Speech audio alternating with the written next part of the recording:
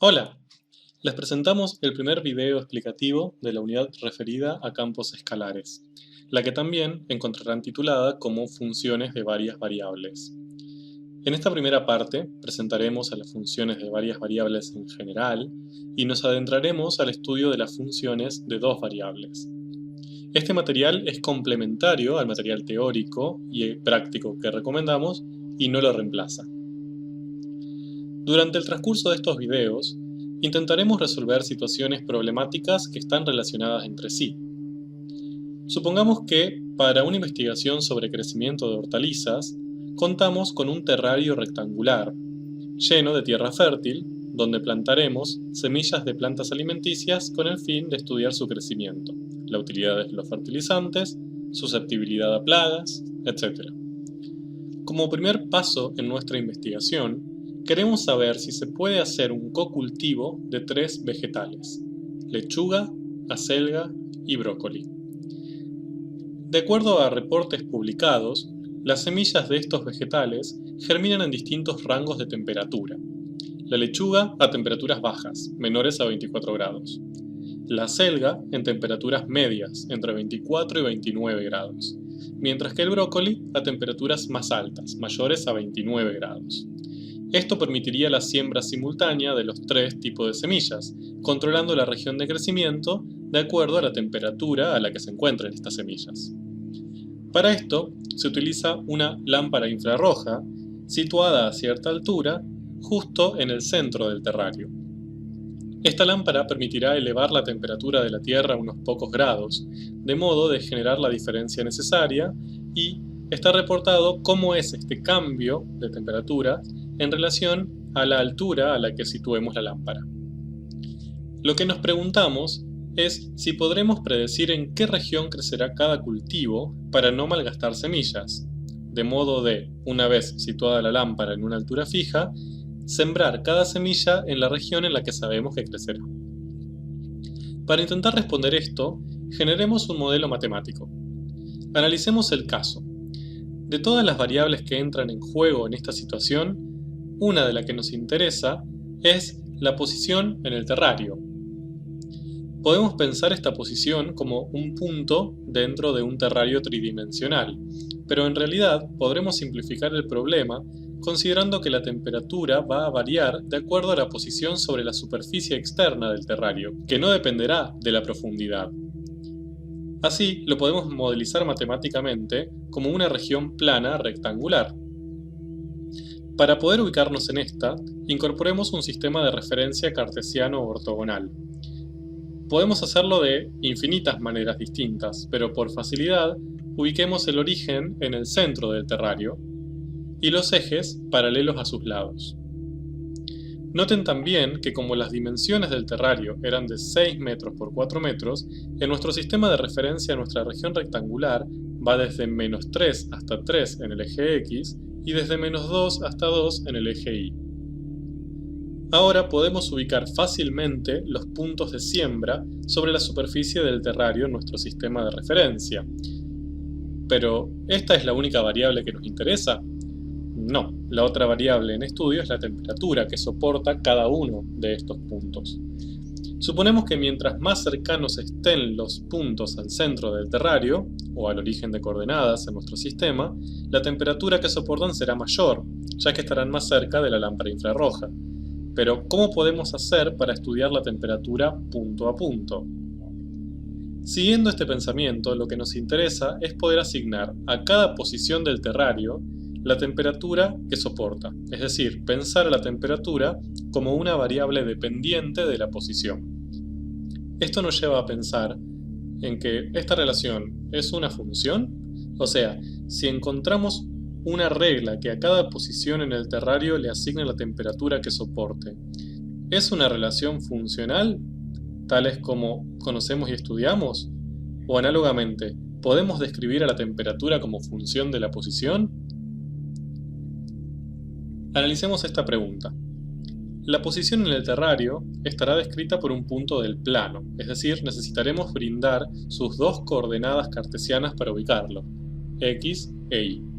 Por ende, si existiese la función que buscamos, su conjunto de partida A estaría formado por puntos de R2, mientras que el conjunto de llegada estaría formado por temperaturas, es decir, sería un subconjunto de los números reales, ya que con un único número podemos describir cada temperatura. Por ende, si existiese f, sería una función definida con su dominio incluido en R2 y su codominio real. ¿Esto es una función escalar? Claramente no. ¿Es una función vectorial? No, ya que en las funciones vectoriales era el dominio el incluido en R, mientras que el codominio estaba incluido en Rn. Entonces, este es un nuevo tipo de función, al que llamaremos genéricamente función de n variables, y la definiremos como sigue. Una función f de n variables es una regla que asigna a cada punto de coordenadas x1, x2, xn, perteneciente a su conjunto de partida D, que está incluido en Rn, un único número real, z. Escribiremos que z es función de las coordenadas de ese punto. Como habrán notado, esta es una definición general. Podemos adaptarla a nuestro caso en estudio, en la que existan solo dos variables. Entonces, una función de dos variables es una regla que asigna a cada punto de coordenadas x y, perteneciente a su conjunto de partida D, que es un subconjunto de R2, un único número real z, y escribiremos que z es función de x y de y. Analicemos esta definición. Ahora contaremos con dos variables independientes, x e y, mientras que z se convierte en la única variable dependiente, es decir, deberemos fijar los valores de x y de y para poder obtener un valor de z aplicando la función f. El conjunto D, que se presenta en la definición, será el dominio de la función de dos variables y será un subconjunto de R2. Por otro lado, dentro del codominio real, el conjunto de todos los valores que efectivamente toma la variable dependiente será el conjunto imagen de f, y es un subconjunto de los números reales. Esquemáticamente, podemos presentar las funciones de dos variables como se muestra, y noten que es un esquema inverso al que presentamos para las funciones vectoriales. Como sucede con las funciones escalares y las vectoriales, en los campos escalares el dominio puede estar explícito o no. En caso que no esté explícito, se considerará que trabajaremos con el dominio natural del mismo, es decir, con todos los puntos de R2 donde la función f tenga sentido, y esto incorpora también las restricciones propias del modelo, en caso que la función modelice algún fenómeno concreto. Veamos algunos ejemplos. Supongamos un campo escalar dado por la ley que se muestra. Como el dominio no está explícito, hallemos su dominio natural. Noten que al ser una expresión racional, estará definida para cualquier punto de R2, a excepción de aquellos cuyas coordenadas anulen el denominador. Simbólicamente lo podemos expresar de esta manera. Para representar gráficamente este conjunto, podemos reescribir esta desigualdad de la siguiente manera. Los puntos incluidos en el dominio serán todos los de R2, a excepción de los pertenecientes a la recta de ecuación y igual a x más 1, por lo que sombreamos todo el plano coordenado y marcamos dicha recta en línea de puntos. Notemos también que, aplicando la ley mostrada, podremos obtener como resultado cualquier número real, positivo o negativo, pero nunca podremos obtener una imagen nula, ya que la única forma de que una expresión racional dé como resultado 0 es que su numerador sea nulo, lo que es imposible en este caso. Por ende, el conjunto imagen de la función mostrada es el conjunto de todos los números reales a excepción del 0, y podemos representarlo como se muestra.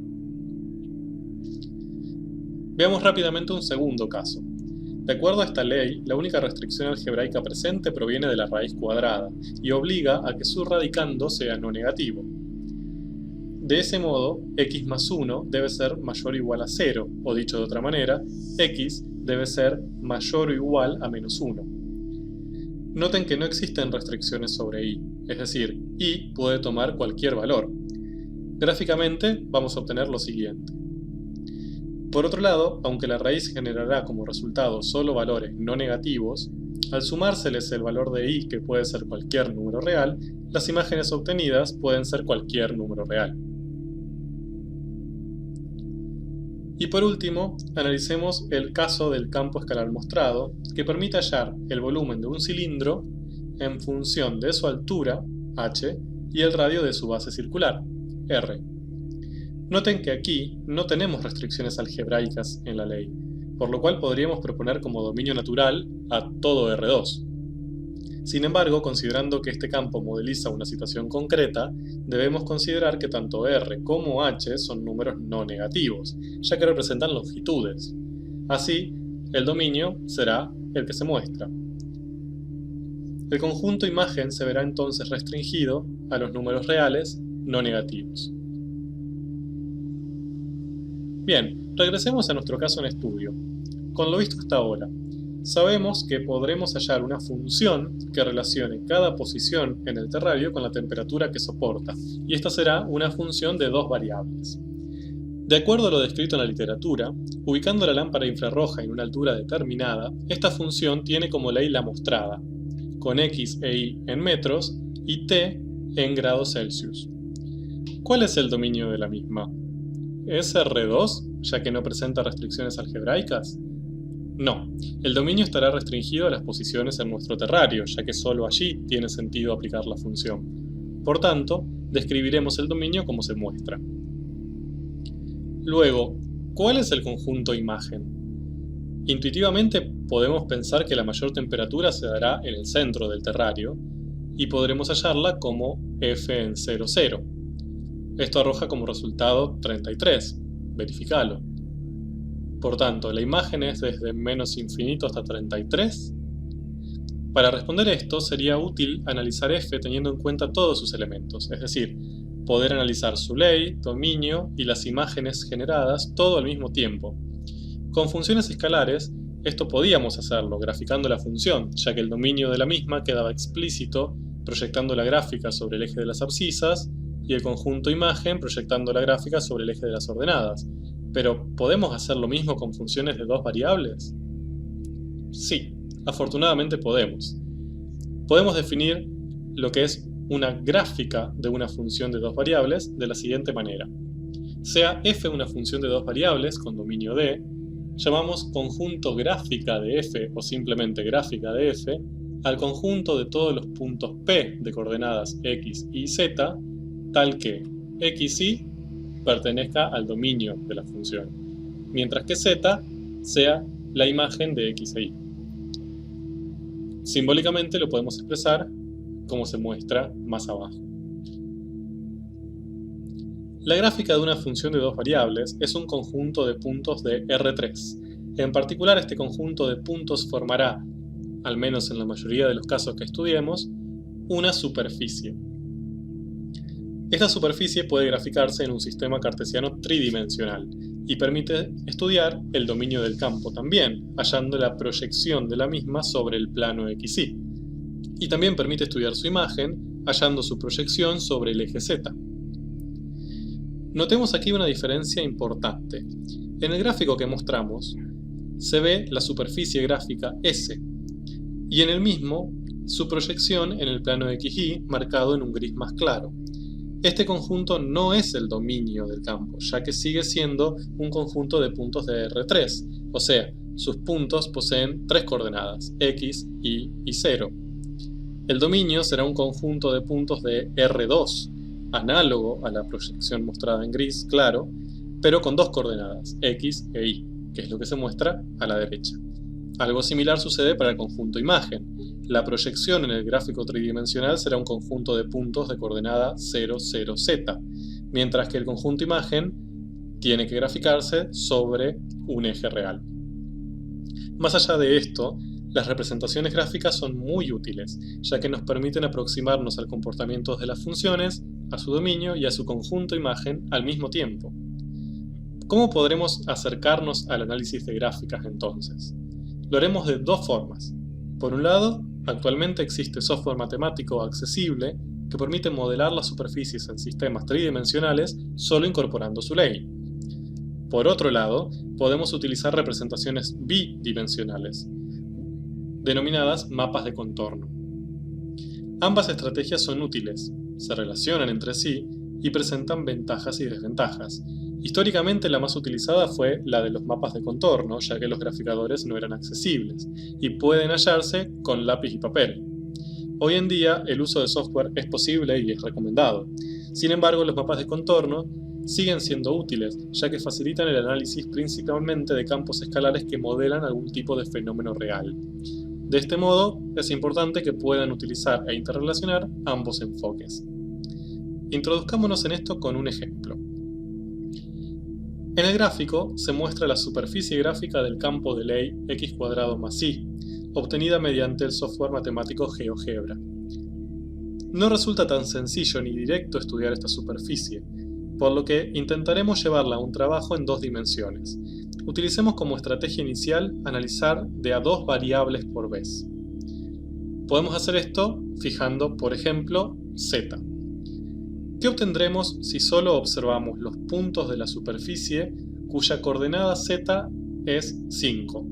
Dicho de otra manera, ¿qué puntos de todos los que conforman a la superficie S tienen una altura, entre comillas, 5 con respecto al plano coordenado xy?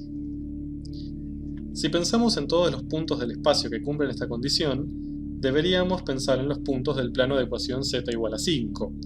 Ahora, ¿qué puntos de la superficie que nosotros estamos estudiando la cumplen? Serían aquellos que pertenezcan a S y al mismo tiempo al plano, o sea, deberíamos buscar la intersección entre ambos. Estos puntos se marcan en negro. Noten que forman una curva en el espacio a la que llamaremos Q5 y diremos que esta curva es una traza de F. ¿Qué es eso? Definimos traza como se muestra. Una traza de una función de dos variables f es la curva que se obtiene al intersectar la gráfica de f con algún plano coordenado o algún plano paralelo a él. Esta traza parece ser una parábola en el espacio. ¿Es la única traza que podemos hallar? Claramente no. Podríamos utilizar otro plano, como por ejemplo z igual a 2, lo que generaría otra curva, por ejemplo, en este caso Q2, que también es otra traza de f, ya que es la intersección de la superficie con un plano paralelo al plano coordenado xy. Incluso podríamos utilizar el plano z igual a menos 3. Esta también es una traza de f, y parecen ser todas parábolas en el espacio. De aquí surgen dos preguntas. Primero, ¿son efectivamente parábolas? Y si lo son, ¿todas las trazas de f son parábolas? Intentemos generalizar lo que hicimos hasta ahora. Utilizaremos un plano paralelo al plano coordenado xy genérico. Entonces, su ecuación va a ser z igual a k, donde k es una constante indeterminada. Esto generará la curva genérica intersección qk.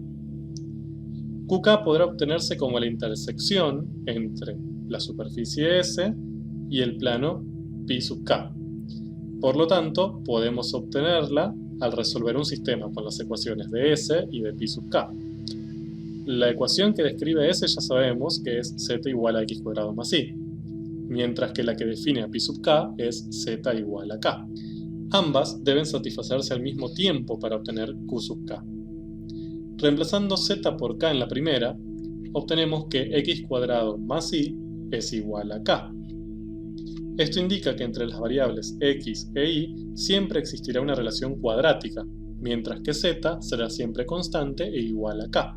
De este modo demostramos que efectivamente todas las curvas obtenidas anteriormente eran parábolas en el espacio, y que lo mismo sucederá con cualquier plano paralelo al plano xy que usemos. Ahora, ¿esto responde a nuestra pregunta acerca de si todas las trazas de f son parábolas? No, solo en el caso que usemos planos paralelos al plano coordenado xy. La definición de traza no se limita a esto. Veamos qué sucede si usamos planos paralelos al plano coordenado xz, por ejemplo. Usemos el plano de ecuación y igual a 2. La curva de intersección obtenida también parece ser una parábola en el espacio. Lo mismo sucede para el plano de ecuación y igual menos 2. Generalicemos. Utilizamos un plano genérico y igual a j.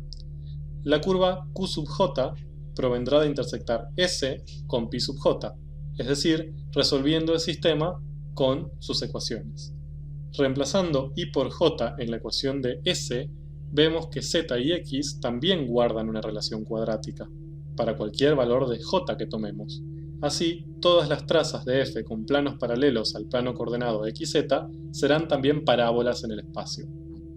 ¿Ya podemos decir que todas las trazas son parábolas? No, aunque solo nos falta analizar qué sucede con los planos paralelos al plano coordenado iz. Por ejemplo, se muestra el de ecuación x igual a 1. La intersección con S es la curva Q1, que también es una traza, pero es una recta. Analicemos el caso general. Tendremos que utilizar entonces planos de ecuación x igual a m. Las curvas intersección pueden describirse utilizando un sistema de ecuaciones, y reemplazando x por m en la ecuación de S, vemos que z e i guardan una relación lineal para todo m. Por ende, todas las curvas q sub m son rectas en el espacio. De aquí, ¿todas las trazas de f son parábolas? La respuesta es no.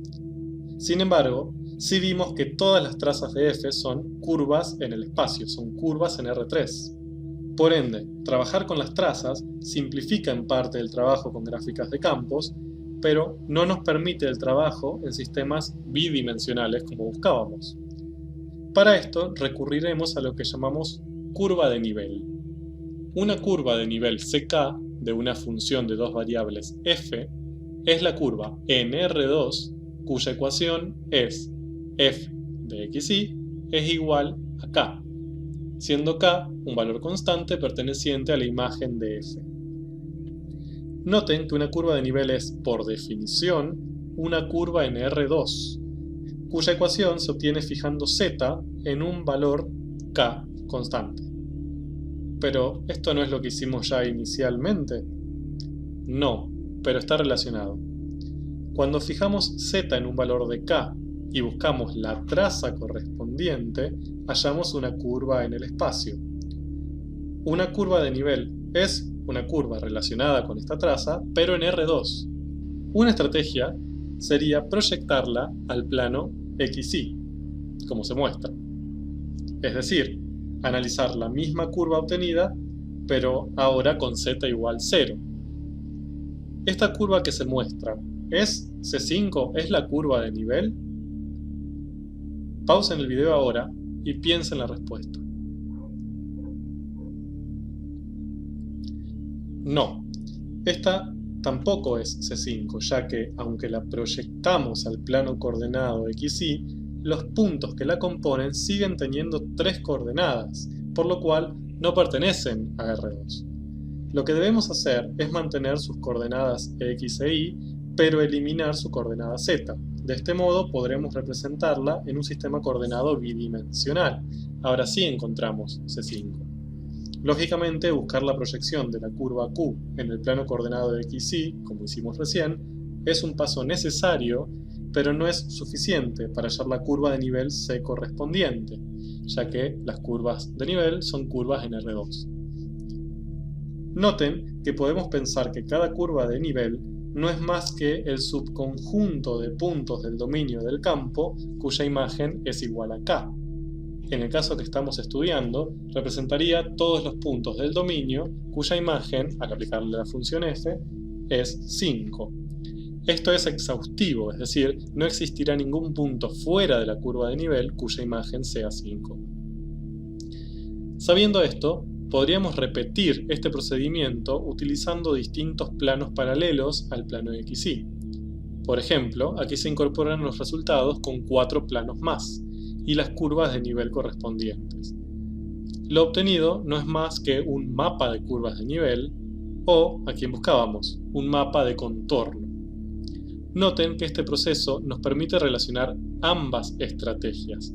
Ahora sabemos cómo pensar un mapa de contorno conociendo la gráfica tridimensional de una superficie, así como también podemos imaginar una superficie a partir de un mapa de contorno. Simplemente debemos ubicar cada curva de nivel a la altura indicada por el valor de k que le corresponde. Por otro lado, los mapas de contorno nos permiten hacer otros análisis. Por ejemplo, podemos predecir la imagen de la función en un punto, aunque no conozcamos sus coordenadas. Por ejemplo, para el punto celeste marcado, sabemos que su imagen es -3 porque pertenece a C-3, más allá de no conocer específicamente sus coordenadas. Además, también podemos asegurar que dos curvas de nivel distintas del mismo campo nunca podrán intersectarse. Si así lo hicieran, para el punto de intersección deberían corresponder dos imágenes distintas, y esto es imposible considerando la definición de función de dos variables. Analicemos el siguiente caso. Partimos del mismo punto, perteneciente a C-3, por lo cual su imagen será -3, y nos desplazamos 2 unidades desde él. Si nos desplazamos 2 unidades hacia arriba, llegamos a un punto perteneciente a C-1, por lo que la imagen habrá aumentado en 2 unidades. Sin embargo, si nos desplazamos desde el punto inicial 2 unidades a la derecha, llegamos a un punto perteneciente a C5. La imagen habrá aumentado en 8 unidades. De este modo, gráficamente podemos ver que cuando las curvas de nivel están más juntas, como pasa en el segundo caso, esto se relaciona con un cambio más abrupto de las imágenes, o, dicho coloquialmente, una mayor inclinación en la superficie. Analizaremos esto con más detalle en los próximos videos. Bien, de este modo hemos visto cómo se relacionan ambas estrategias para el análisis de gráficas de funciones de dos variables. Volvamos ahora a nuestro problema original. Con todo lo que aprendimos hasta ahora, ¿podemos asegurar que la imagen de la función f, que representaba la temperatura en cada posición del terrario, es el intervalo real menos infinito 33? Veamos. Si graficamos dicho campo con software matemático, obtenemos lo siguiente. La superficie toma como máximo 33 y no presenta un mínimo observable. Analicemos el caso hallando su mapa de contorno. Para esto planteemos genéricamente sus familias de curvas de nivel. Una curva de nivel CK será el conjunto de todos los puntos de R2, tal que la imagen de la función sea igual a K. Si reemplazamos f en xy por la ley, obtenemos lo siguiente. Y si reordenamos esta ecuación, obtenemos lo siguiente. La familia genérica de curvas de nivel obtenida nos permite obtener algunas conclusiones interesantes. En primer lugar, noten que el primer miembro de la ecuación es no negativo. Por ende, también deberá serlo el segundo. Si 33 menos k es mayor o igual a 0, entonces 33 es mayor o igual a k, o dicho de otra manera, k podrá ser cualquier número real menor o igual a 33. Como k era el valor de z que fijábamos, esto significa que no podremos hallar imágenes mayores a 33, y que la imagen sería, como decíamos previamente, menos infinitos 33. Por otro lado, si analizamos la estructura algebraica obtenida, vemos que la ecuación que caracteriza a todas las curvas de nivel es la de circunferencias centradas en el origen. Esto se corresponde con la superficie que acabamos de graficar con software. Además, el hallar la expresión general para la familia de curvas de nivel nos permite hallar varias de ellas más sencillamente, simplemente reemplazando a k por el valor que deseamos. Por ejemplo, si k vale 32, la curva obtenida es la siguiente. Es decir, una circunferencia de radio 1. O si vale 29, o si vale 24, o si vale 17. Estas corresponden a circunferencias de radio 2, 3 o 4 respectivamente. Así podemos construir un mapa de contorno rápidamente. Bien, ahora, la gráfica obtenida, o el mapa de contorno, representan a la función f, pero considerando que es un modelo para nuestra situación con el terrario. Si esta función permite hallar una temperatura, lo que tenemos que tener en cuenta es que tiene una restricción de dominio. entonces la gráfica ahora cambiará. Como vemos, solo trabajaremos con un subconjunto de los puntos de la gráfica anterior. Y ahora, si trabajamos con los mapas de contorno, analicemos qué van a representar este mapa de contornos para nuestra situación problemática. Los puntos de coordenadas x, y pertenecientes al dominio no serán más que ubicaciones en el terrario. Luego, si fijamos una imagen de la función en un valor k, este valor k tendrá que ser necesariamente un valor válido de temperatura. Por ende, la curva de nivel ck representará las ubicaciones del terrario que soportan la misma temperatura k, y a estas curvas se les denomina genéricamente isotermas. Por ende ya obtuvimos algunas isotermas para nuestro problema. Ahora debemos imponer las restricciones del dominio. Si a nuestro mapa de contorno lo dibujamos sobre el dominio, vemos que las curvas de nivel ahora tendrán sentido solo dentro de la región rectangular. Por ende, podemos predecir que no encontraremos ningún punto del terrario con una temperatura de 17 grados, ya que ningún punto de la región rectangular pertenece a la curva C17. Ahora, como todas las curvas de nivel son circunferencias, los puntos que pertenecen a una misma isoterma son aquellos que están a la misma distancia del origen. Por ende, la temperatura mínima se dará en aquellos puntos del terrario que sean los más distanciados del centro. En nuestro mapa de contorno, vemos que los puntos pertenecientes a la región rectangular que están más distanciados del origen son los 4 vértices, por lo cual se condice con la superficie graficada que muestra valores mínimos de temperatura para estos 4 puntos. Como los vértices se encuentran en la región comprendida entre C24 y C17, esperamos que la temperatura en los vértices del terrario esté entre 17 y 24 grados. Pero para hallarla exactamente, podemos valorizar la función en las coordenadas de cualquiera de estos puntos. Por ejemplo, si hacemos f en 3,2, da como resultado 20. Por lo tanto, esta es la temperatura mínima que podremos encontrar en el terrario. Así, el conjunto imagen de la función f, con las restricciones de modelización, es 2033. Aprendimos muchas cosas sobre nuestro terrario y sobre la temperatura que soporta cada punto de su superficie. Ahora, ¿nos servirá esto para responder la pregunta realizada inicialmente? Como la lechuga, la selga y el brócoli germinan en regiones que dependen de la temperatura que soportan, podemos recurrir a un mapa de contorno para pensar la situación. En este caso será un mapa de isotermas, ya que cada curva de nivel representa las posiciones del terrario que soportan la misma temperatura. Ya obtuvimos C24 y C29, las isotermas correspondientes a las dos temperaturas límite. Las mismas son circunferencias de radio 3 y 2 metros, respectivamente, que se muestran graficadas en el esquema, solo considerando los puntos del dominio de campo. Todos los puntos interiores a C29 serán aquellos que soporten una temperatura mayor a 29 grados, ya que para este caso la temperatura aumenta mientras nos acercamos al origen de coordenadas. Los puntos que se hallan en el disco entre C24 y C29 soportarán temperaturas entre 24 y 29 grados, mientras que los puntos externos a C24 soportarán temperaturas menores a 24 grados. Así, podemos asegurar que en esta última región germinarán las semillas de lechuga, en la intermedia las de acelga y en la interior las de brócoli.